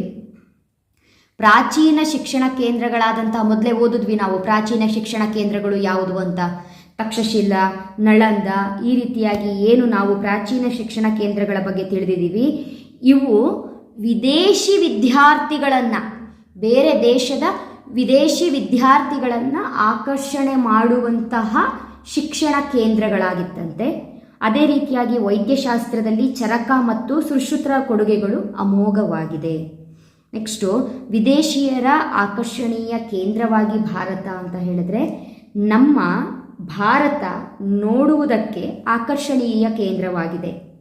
ಭಾರತದ ಸಂಪತ್ತು, ನೈಸರ್ಗಿಕ, ಐತಿಹಾಸಿಕ ತಾಣಗಳು ಇತ್ಯಾದಿಗಳು ವಿದೇಶಿ ಆಕ್ರಮಣಕಾರರನ್ನು ಪ್ರವಾಸಿಗರನ್ನಾಗಿ ಆಕರ್ಷಿಸಿವೆ. ಆಕ್ರಮಣಕಾರರನ್ನು ಸಹ ಪ್ರವಾಸಿಗರಾಗಿ ಆಕರ್ಷಣೆ ಮಾಡಿರುವಂತಹ ದೇಶ ಭಾರತ. ಕೊನೆ ಪಾಯಿಂಟು, ವಿವಿಧತೆಯಲ್ಲಿ ಏಕತೆ. ಭಾರತವು ಭೌಗೋಳಿಕವಾಗಿ ಭಾಷೆ, ಧರ್ಮ, ಆರ್ಥಿಕ, ಸಾಮಾಜಿಕ ವೈವಿಧ್ಯತೆಯಿಂದ ಬೇರೆ ರೀತಿಯಾಗಿ ವಿವಿಧತೆಯನ್ನು ಹೊಂದಿದ್ದರೂ ಸಹ ನಮ್ಮನ್ನು ಏಕೀಕರಿಸುವ, ಅಂದರೆ ನಮ್ಮನ್ನು ಒಂದು ಮಾಡುವಂತಹ ಅಂಶಗಳೆಂದರೆ ನಮ್ಮ ದೇಶದ ಭೌಗೋಳಿಕ ನೆಲೆ, ಏಕರೂಪದ ಆಡಳಿತ, ಶಿಕ್ಷಣ, ಸಾಮಾಜಿಕ ಹಾಗೂ ಧಾರ್ಮಿಕ ಸಾಮರಸ್ಯಗಳಾಗಿವೆ. ಹಾಗಾಗಿ ಭಾರತವನ್ನು ವಿವಿಧತೆಯಲ್ಲಿ ಏಕತೆಯನ್ನು ಹೊಂದಿರುವಂತಹ ದೇಶ ಅಂತ ಕರಿತೀವಿ.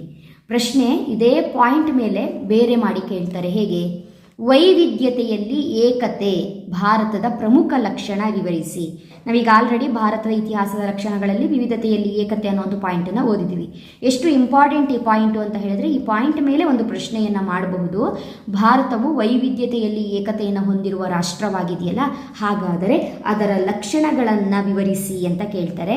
ಯಾವ ರೀತಿಯಾಗಿ ವಿವಿಧತೆಯಲ್ಲಿ ಏಕತೆಯನ್ನು ಹೊಂದಿದ್ದೀವಿ ಅಂತ ಹೇಳಿದ್ರೆ, ಒಂದು ಭೌಗೋಳಿಕ ವೈವಿಧ್ಯತೆ, ಎರಡನೇದು ಜನಾಂಗೀಯ ಮತ್ತು ಭಾಷಾ ವೈವಿಧ್ಯತೆ, ಮೂರನೇದು ಸಾಮಾಜಿಕ ಮತ್ತು ಧಾರ್ಮಿಕ ವೈವಿಧ್ಯತೆ, ನಾಲ್ಕನೇದು ಆರ್ಥಿಕ ವೈವಿಧ್ಯತೆ. ಈ 4 ವೈವಿಧ್ಯತೆಗಳನ್ನು ನೀವೇನು ಮಾಡಬೇಕು, ವಿವರಣೆ ಸಹಿತ ಬರಿಬೇಕಾಗತ್ತೆ.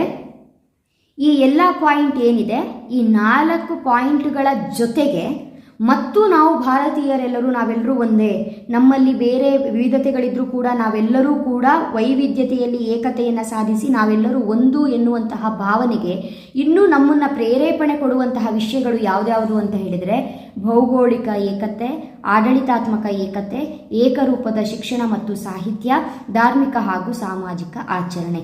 ಈ ಎಲ್ಲ ಪಾಯಿಂಟ್ಸ್ಗಳನ್ನ ಕವರ್ ಮಾಡೋದ್ರಿಂದ ನಾವು ವೈವಿಧ್ಯತೆಯಲ್ಲಿ ಏಕತೆಯನ್ನು ಸಾಧಿಸಿರುವ ರಾಷ್ಟ್ರ ಅಂತ ಕರಿತೀವಿ. ನೋಡಿ ಮಕ್ಕಳೇ, ಅಲ್ಲಿ ಭೌಗೋಳಿಕ ವೈವಿಧ್ಯತೆ ಅಂತ ಹೇಳಿದರೆ ನೀವೇನು ಮಾಡಬೇಕು, ಭಾರತವು ವೈವಿಧ್ಯಮಯ ಭೌಗೋಳಿಕ ಲಕ್ಷಣಗಳನ್ನು ಹೊಂದಿದೆ ಅಂತ ಬರೆದು, ಉದಾಹರಣೆಗೆ ಅತ್ಯಂತ ತಂಪಾದ ಸಿಯಾಚಿನ್ ಆಗಿರಬಹುದು, ರಾಜಸ್ಥಾನದ ಉಷ್ಣ ಮರುಭೂಮಿಗಳಾಗಿರಬಹುದು, ಹಿಮಾವೃತ ಹಿಮಾಲಯ ಪರ್ವತಗಳಾಗಿರಬಹುದು, ನಿತ್ಯ ಹರಿದ್ವರ್ಣ ಕಾಡುಗಳಾಗಿರಬಹುದು, ವಿಶಾಲ ಬಯಲುಗಳು, ಪ್ರಸ್ಥಭೂಮಿ, ಕಡಲ ತೀರಗಳು, ಇದು ವೈವಿಧ್ಯಮಯ ಸಸ್ಯ ಮತ್ತು ಪ್ರಾಣಿ ಸಂಕುಲಕ್ಕೆ ಕಾರಣವಾಗಿದೆ. ಜನಾಂಗೀಯ ಮತ್ತು ಭಾಷಾ ವೈವಿಧ್ಯತೆ ಅಂತ ಹೇಳಿದರೆ, ಭಾರತವು ದ್ರಾವಿಡ, ನೀಗ್ರೋ, ಮಂಗೋಲಿಯನ್, ಅಲ್ಫೈನ್ ಜನಾಂಗಗಳಿಂದ ಕೂಡಿದ ಮಿಶ್ರ ಜನಾಂಗಗಳನ್ನು ಹೊಂದಿದೆ. ಅದೇ ರೀತಿಯಾಗಿ ಭಾರತದಲ್ಲಿ 1600ಕ್ಕೂ ಹೆಚ್ಚು ಭಾಷೆಗಳು ಹಾಗೂ ಆಡು ಭಾಷೆಗಳು ಇವೆ. ನೆಕ್ಸ್ಟು ಸಾಮಾಜಿಕ ಮತ್ತು ಧಾರ್ಮಿಕ ವೈವಿಧ್ಯತೆ ಅಂತ ಹೇಳಿದ್ರೆ, ಉಡುಗೆ ತೊಡುಗೆಗಳಿಗೆ ಅಥವಾ ದಿನನಿತ್ಯದ ಜೀವನಕ್ಕೆ ಸಂಬಂಧಪಟ್ಟಿರುವಂಥದ್ದು. ಭಾರತದ ಹಲವಾರು ಜಾತಿ, ಪಂಥ, ಜನಾಂಗೀಯ ಪ್ರಭೇದಗಳ ಸಾಮಾಜಿಕ ವ್ಯವಸ್ಥೆಗಳ ವಸ್ತು ಸಂಗ್ರಹಾಲಯವೆಂದು ಕರೆಯಲ್ಪಟ್ಟಿದೆ. ಭಾರತವು ಹಲವಾರು ಜಾತಿ, ಪಂಥ, ಜನಾಂಗೀಯ ಪ್ರಭೇದಗಳ ಸಾಮಾಜಿಕ ವ್ಯವಸ್ಥೆಗಳ ವಸ್ತು ಸಂಗ್ರಹಾಲಯವೆಂದು ಕರೆಯಲ್ಪಟ್ಟಿದೆ. ಭಾರತೀಯರ ಉಡುಗೆ ತೊಡುಗೆ, ಆಹಾರ ಪದ್ಧತಿ, ಕುಟುಂಬ ವ್ಯವಸ್ಥೆ ವೈವಿಧ್ಯಮಯವಾಗಿದ್ದು ಹಲವಾರು ಧರ್ಮ ಮತ್ತು ಒಳಪಂಗಡಗಳನ್ನು ಹೊಂದಿದೆ. ಈ ಎಲ್ಲ ಧರ್ಮಗಳು ಸಾಮರಸ್ಯ ಜೀವನವನ್ನು ನಡೆಸುತ್ತಿವೆ. ನೆಕ್ಸ್ಟು ಆರ್ಥಿಕ ವೈವಿಧ್ಯತೆ ಅಂತ ಹೇಳಿದ್ರೆ ಏನು, ಭಾರತವು ಆರ್ಥಿಕವಾಗಿ ಅಸಮಾನತೆಯಿಂದ ಕೂಡಿದ್ದು, ಒಂದೆಡೆ ಶ್ರೀಮಂತರಿದ್ದರೆ ಮತ್ತೊಂದೆಡೆ ಬಡವರಿದ್ದಾರೆ. ಹಾಗೆಯೇ ಕೆಲ ಪ್ರದೇಶಗಳು ಅಭಿವೃದ್ಧಿಯನ್ನು ಹೊಂದಿದ್ದಾವೆ, ಆದರೆ ಇನ್ನು ಕೆಲವು ಪ್ರದೇಶಗಳು ತೀರಾ ಹಿಂದುಳಿದಿವೆ. ನೈಸರ್ಗಿಕ ಸಂಪನ್ಮೂಲಗಳ ಹಂಚಿಕೆಯಲ್ಲೂ ಕೂಡ ಅಸಮಾನತೆಯನ್ನು ಹೊಂದಿದೆ. ಆರ್ಥಿಕ ವೈವಿಧ್ಯತೆಗೆ ಈ ಪಾಯಿಂಟನ್ನು ನೀವು ಕವರ್ ಮಾಡಬೇಕು. ಮುಂದಿನ ಪ್ರಶ್ನೆ, ಭಾರತದ ಇತಿಹಾಸ ರಚನೆಗೆ ಪ್ರಾಕ್ತನ ಆಧಾರಗಳ ಮಹತ್ವ ಕುರಿತು ಬರೆಯಿರಿ ಅಂತ ಹೇಳಬಹುದು. ಉತ್ಖನನಗಳು, ಸ್ಮಾರಕಗಳು, ನಾಣ್ಯಗಳು, ವರ್ಣಚಿತ್ರಗಳು, ಶಾಸನಗಳು ಇವೆಲ್ಲ ಹೇಗೆ ಇತಿಹಾಸ ರಚನೆಗೆ ಸಹಾಯವಾಗಿದೆ ಅನ್ನೋದನ್ನು ಬರೀಬೇಕು. ಸೊ ಇಲ್ಲಿರುವಂತಹ ಈ ಪಾಯಿಂಟ್ಸ್ಗಳೇನಿದೆ, ಇದು ಯಾವ ರೀತಿಯಾಗಿ ಸಹಾಯವಾಯಿತು ಇತಿಹಾಸವನ್ನು ರಚನೆ ಮಾಡಲಿಕ್ಕೆ ಅನ್ನೋದ್ರ ಬಗ್ಗೆ ಬರಿಬೇಕು. ಓಕೆನಾ? ಇದಕ್ಕೆ ನಿಮಗೆ ವಿವರಣೆ ಸಿಕ್ಕಿಲ್ಲ ಅಂತ ಹೇಳಿದರೆ ಹೇಳಿ, ವಿಡಿಯೋ ಲೆಂತಿ ಆಗುತ್ತೆ ಅನ್ನೋ ಕಾರಣಕ್ಕೆ ನಾನು ಇಲ್ಲಿಗೆ ನಿಲ್ಲಿಸ್ತಾ ಇದ್ದೀನಿ. ಸೊ ಈ ಪ್ರಶ್ನೆಯನ್ನು ಒಂದು ಸ್ವಲ್ಪ ಚೇಂಜ್ ಮಾಡಿ ಸ್ವಲ್ಪ ಬೇರೆ ರೀತಿ ಕೇಳೋದಾದರೆ ಮಕ್ಕಳೇ, ಭಾರತದ ಇತಿಹಾಸ ರಚನೆಗೆ ವಿದೇಶಿ ಬರಹಗಾರರ ಕೊಡುಗೆಗಳನ್ನು ಕುರಿತು ಬರೆಯಿರಿ ಅಂತ ಕೇಳಬಹುದು. ನಾನು ಈ ವಿಡಿಯೋ ಸ್ಟಾರ್ಟಿಂಗಲ್ಲಿ ನಿಮಗೆ ಹೊಂದಿಸಿ ಬರೆಯರಿಗೆ ಒಂದಿಷ್ಟು ಪಾಯಿಂಟ್ಗಳು ಕವರ್ ಆಗುತ್ತೆ ಅಂತ ಹೇಳಿದ್ನಲ್ಲ, ಅಲ್ಲಿನ ಪಾಯಿಂಟ್ಸ್ಗಳನ್ನ ತೆಗೆದು ನೀವಲ್ಲಿ ಆ ಪ್ರಶ್ನೆಗೆ ಉತ್ತರವನ್ನು ಬರೀಬಹುದು. ಹೇಗೆ? ಮೆಗಸ್ತಾನಿಸ್ ಬಗ್ಗೆ ಬರಿಬಹುದು. ಮೆಗಸ್ತಾನಿಸು ಗ್ರೀಕ್ ರಾಯಭಾರಿಯಾಗಿದ್ದ, ಅವನ ಕೃತಿ ಇಂಡಿಕಾ, ಹಂಗೆ ಬರಿಬಹುದು. ಟಾಲೆಮಿ ಬಗ್ಗೆ ಬರಿಬಹುದು. ಅದೇ ರೀತಿ ಪ್ಲಿನಿ ಬಗ್ಗೆ ಬರಿಬಹುದು. ಇದು ನೀವೇನು ಮಾಡಬೇಕು ಅಂತ ಹೇಳಿದ್ರೆ, ಆ ಹೊಂದಿಸಿ ಬರೆಯರಿಗೆ ನಾನೇನು ಕೊಟ್ಟಿದ್ದೀನಿ ಅಲ್ಲಿ ನೋಡಿಕೊಂಡ್ರೆ ಗೊತ್ತಾಗುತ್ತೆ. ಬಟ್ ತುಂಬ ರೇರು ಆ ಪ್ರಶ್ನೆಯನ್ನು ಕೇಳುವಂಥದ್ದು. ಕೊನೆಯ ಬಹುಮುಖ್ಯ ಪ್ರಶ್ನೆ ಅಂತ ಹೇಳಿದರೆ, ಇಲ್ಲಿ ನಾನು ಉತ್ತರವನ್ನು ಕೊಟ್ಟಿದ್ದೀನಿ. ಭಾರತದ ಇತಿಹಾಸದ ವಿಶಿಷ್ಟ ಲಕ್ಷಣಗಳನ್ನು ವಿವರಿಸಿ ಅಂತ ಇದೆ. ಇಲ್ಲಿ ನಾನು ನಿಮಗೆ ಆಲ್ರೆಡಿ ಭಾರತದ ಇತಿಹಾಸದ ವಿಶಿಷ್ಟ ಲಕ್ಷಣಗಳನ್ನು ವಿವರಿಸಿ ಅಂತ ಏನಿದೆ, ಇದಕ್ಕೆ ನಾನು ಪಾಯಿಂಟ್ಸನ್ನು ಕೊಟ್ಟಿದ್ದೆ. ನೀವು ಇದನ್ನೇ ನೋಡಿಕೊಂಡ್ರೆ ಸಾಕಾಗತ್ತೆ, ಅಥವಾ ನೀವು ಈ ರೀತಿಯಾಗಿ ಪಾಯಿಂಟ್ಸ್ ಬರೆದ್ರೂ ಕೂಡ ತಪ್ಪೇನಿಲ್ಲ. ಭಾರತವು ವಿಸ್ತೀರ್ಣದಲ್ಲಿ ಜಗತ್ತಿನ 7ನೇ ದೊಡ್ಡ ರಾಷ್ಟ್ರವಾಗಿದೆ. ಭಾರತವು ಜನಸಂಖ್ಯೆಯಲ್ಲಿ 2ನೇ ಸ್ಥಾನವನ್ನು ಪಡೆದುಕೊಂಡಿದೆ. ಭಾರತವು ಸುಮಾರು 4000 ವರ್ಷಗಳ ನಿರಂತರ ಇತಿಹಾಸವನ್ನು ಹೊಂದಿದೆ. ವಿವಿಧತೆಯಲ್ಲಿ ಏಕತೆಯನ್ನು ರೂಪಿಸಿದೆ. ವಿಶೇಷವಾದ ಭೌಗೋಳಿಕ ಆಕರ್ಷಣೆಯನ್ನು ಹೊಂದಿದ್ದು ವಿದೇಶಿಯರ ಆಕರ್ಷಣೀಯ ಕೇಂದ್ರವಾಗಿದೆ. ವಿವಿಧತೆಯಲ್ಲಿ ಏಕತೆಯನ್ನು ರೂಪಿಸಿದೆ. ಭಾರತವು ಜಗತ್ತಿಗೆ ಸಾಹಿತ್ಯ, ತತ್ವಶಾಸ್ತ್ರ, ಸಂಗೀತ, ನೃತ್ಯ, ಕಲೆ, ವಾಸ್ತುಶಿಲ್ಪ, ಮೂರ್ತಿಕಲೆ, ವಿಜ್ಞಾನ, ಯೋಗ, ವೈದ್ಯಕೀಯ, ಗಣಿತ, ಶಿಕ್ಷಣ ಮುಂತಾದ ಕ್ಷೇತ್ರಗಳಿಗೆ ತನ್ನದೇ ಆದ ಕೊಡುಗೆಯನ್ನು ನೀಡಿದೆ. ಹಿಂದೂ, ಜೈನ, ಬೌದ್ಧ, ಸಿಖ್, ಮುಸ್ಲಿಂ, ಕ್ರೈಸ್ತ ಹಾಗೂ ಪಾರಸಿ ಹಾಗೂ ವಿವಿಧ ಬುಡಕಟ್ಟು ಧರ್ಮ ಮತ್ತು ಆಚರಣೆಗಳ ತವರೂರಾಗಿದೆ. ಸಿಂಧೂ ನಾಗರಿಕತೆಯಿಂದ ವೈದಿಕ ನಾಗರಿಕತೆ, ಹೊಸ ಮತಗಳ ಉದಯಕ್ಕೆ, ಮುಸ್ಲಿಂ ಮತ್ತು ಕ್ರೈಸ್ತ ಧರ್ಮದ ಅಭಿವೃದ್ಧಿಗೆ ಸ್ತರಬದ್ಧ ವಿಕಾಸವನ್ನು ರೂಪಿಸಿದೆ. ಸೊ ಇದು ಡೈರೆಕ್ಟ್ ಪಾಯಿಂಟ್ಸು, ಯಾವುದೇ ರೀತಿಯ ಮೇನ್ ಪಾಯಿಂಟ್ ಬರೆದು ಅದಕ್ಕೆ ವಿವರಣೆ ಇಲ್ಲ, ಡೈರೆಕ್ಟ್ ಆಗಿ ಪಾಯಿಂಟ್ಸ್ ಇದೆ. ಸೊ ಕೆಲವೊಂದು ವಿಡಿಯೋದಲ್ಲಿ ಈ ಒಂದು ಆನ್ಸರ್ ಇರೋದ್ರಿಂದ ನಿಮಗೆ ಕನ್ಫ್ಯೂಸ್ ಆಗಬಾರ್ದು ಅನ್ನೋ ಕಾರಣಕ್ಕೆ ಹೇಳ್ತಾ ಇರೋದು. ಭಾರತದ ಇತಿಹಾಸದ ವಿಶಿಷ್ಟ ಲಕ್ಷಣಗಳನ್ನು ವಿವರಿಸಿ ಅಂತ ಹೇಳಿದರೆ ಇದನ್ನು ಕೂಡ ನೀವು ಬರೀಬಹುದು, ಅಥವಾ ಈ ಹಿಂದೆ ನಾನು ಪಾಯಿಂಟ್ಸ್ ಏನು ಕೊಟ್ಟಿದ್ದೀನಿ ನಿಮಗೆ ಅದನ್ನು ಕೂಡ ಬರೀಬಹುದು. ಇದಿಷ್ಟು ಪಾಯಿಂಟ್ಸ್ 7 ಪಾಯಿಂಟ್ ಏನು ಕೊಟ್ಟಿದ್ದೆ ಇದನ್ನು ಕೂಡ ಬರೀಬಹುದು ಮಕ್ಕಳೇ. ಓಕೆನಾ? ಮುಂದಿನ ವಿಡಿಯೋದಲ್ಲಿ ಅಧ್ಯಾಯ 2 ಏನಿದೆ, ಶಿಲಾಯುಗ ಮತ್ತು ಲೋಹಗಳ ಯುಗ.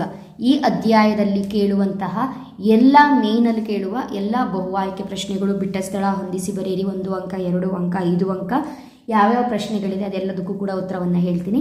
ಆ ವಿಡಿಯೋ ಬಂದ ತಕ್ಷಣ ನೋಟಿಫಿಕೇಶನ್ ಬರಬೇಕು ಅಂತ ಹೇಳಿದ್ರೆ ಜಸ್ಟ್ ಸಿಂಪಲ್ ನೀವೇನು ಮಾಡಬೇಕು, ನಮ್ಮ ಚಾನಲ್ ಪಲ್ಲವಿ ಟ್ಯುಟೋರಿಯಲ್ಸ್ನ ಸಬ್ಸ್ಕ್ರೈಬ್ ಮಾಡಿಕೊಂಡು ಆಲ್ ಬಟನ್ನ ಕ್ಲಿಕ್ ಮಾಡ್ಕೊಂಡ್ರೆ ಆಯಿತು. ವಿಡಿಯೋ ಬಂದ ತಕ್ಷಣ ನೋಟಿಫಿಕೇಶನ್ ಬರುತ್ತೆ ಮಕ್ಕಳೇ. ಓಕೆನಾ?